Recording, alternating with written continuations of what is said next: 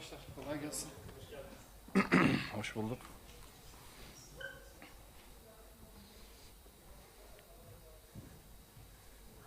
Eyvallah, teşekkürler. Nasılsınız abi, iyi misiniz? Sağ olun. Nasıl gidiyor? Allah'a emanet. Memlekete hiç gittiniz mi bu arada? Vallahi yok hiç gidemedim. Öyle mi? Arkadaşlar hazır mıyız?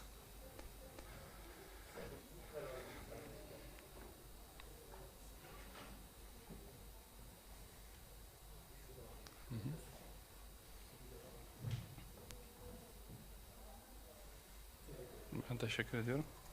Hazır mıyız? Bismillahirrahmanirrahim. Değerli basın mensupları, bugün birkaç konuda partimizin değerlendirmelerini sizlerle paylaşacağız.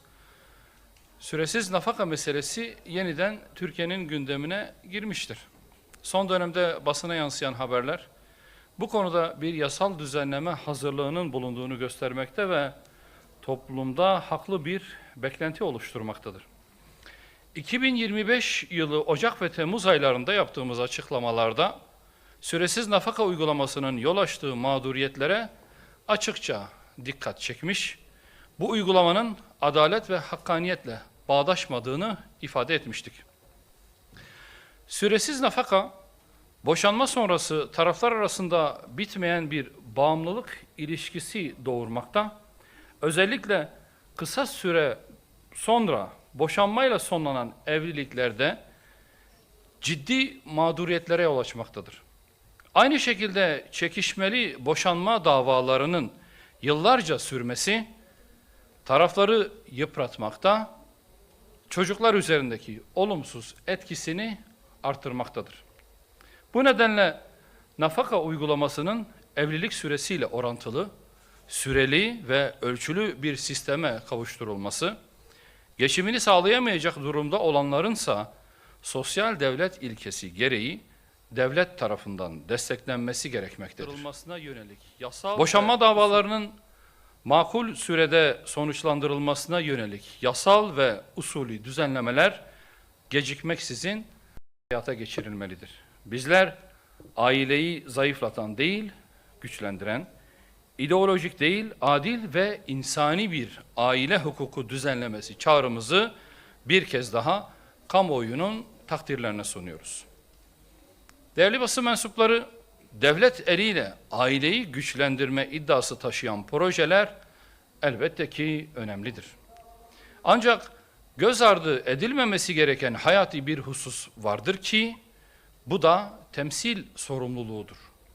Aileyi konu alan bir projede yalnızca içerik değil, o içeriği taşıyan ve kamuoyuna sunan kişilerin duruşu da önem arz etmektedir.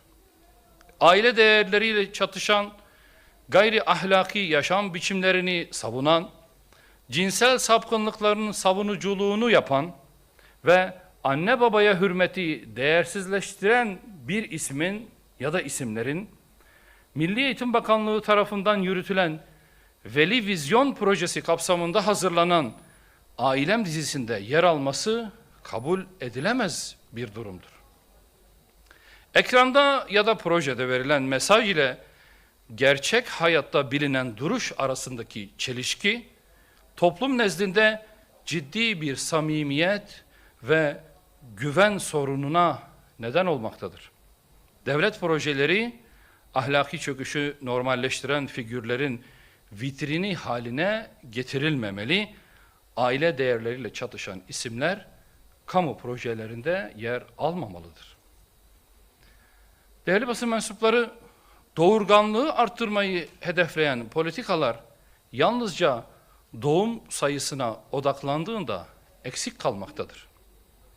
Ailenin güçlendirilmesi ve nüfusun desteklenmesine yönelik hedefler doğum sürecinin niteliğinin de iyileştirilmesini kapsamalıdır. Her gebe kadın ve ailenin doğumun gerçekleşeceği yeri seçme hakkı bulunmaktadır. Bu tercih tıbbi güvenlik çerçevesinde değerlendirildiğinde sağlık sistemi tarafından dikkate alınması gereken bir haktır. Nitekim günümüzde Hollanda, Avustralya, Yeni Zelanda ve İngiltere gibi birçok ülkede planlı evde doğum belirlenmiş kriterler ve sağlık protokolleri çerçevesinde desteklenmektedir. Hastane ortamı bazı anne adaylarında ve ailelerinde kaygı düzeyinin artmasına neden olmaktadır.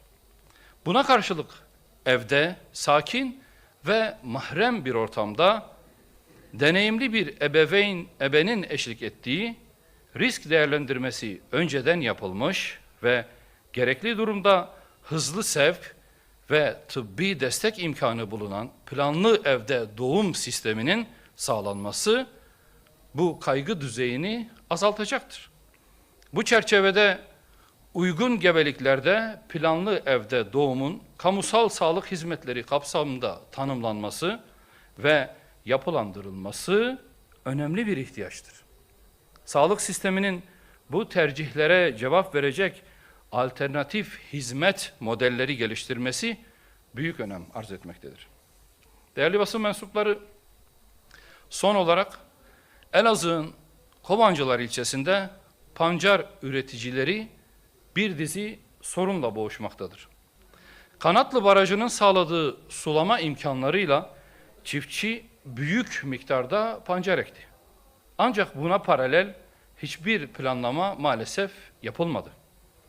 Hüdapar heyeti olarak Kovancılar'daki pancar alım noktasında yaptığımız incelemelerde çiftçilerin yaşadığı mağduriyeti yerinde gördük. Günlerdir fabrikanın kapısında bekleyen kamyonlar, teslim edilemeyen ürünler, fabrikanın kapasite yetersizliği ve taşımacılık maliyetinin üreticinin kazancını erittiği bizzat tarafımızdan müşahede edilmiştir. Fabrikanın kapasite yetersizliği çiftçinin ürününü teslim edememesiyle sonuçlanmış ve mağduriyet oluşturmuştur. Kamyonlar günlerce teslimat için sıra beklemiş, mazot maliyeti, şoför maliyeti derken çiftçiler aldığımız paranın yarısı nakliyeye gidiyor, biz üretiyoruz ama kazanamıyoruz demişlerdir.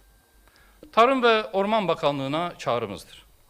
Kovancılar'daki pancar üreticisinin sesine lütfen kulak verilsin.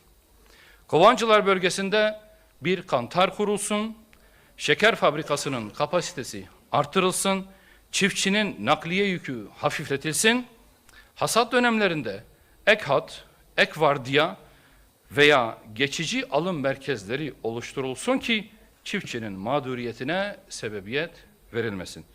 Çiftçi üretiyorsa devlet de kolaylaştırsın, zorlaştırmasın diyoruz. Hepiniz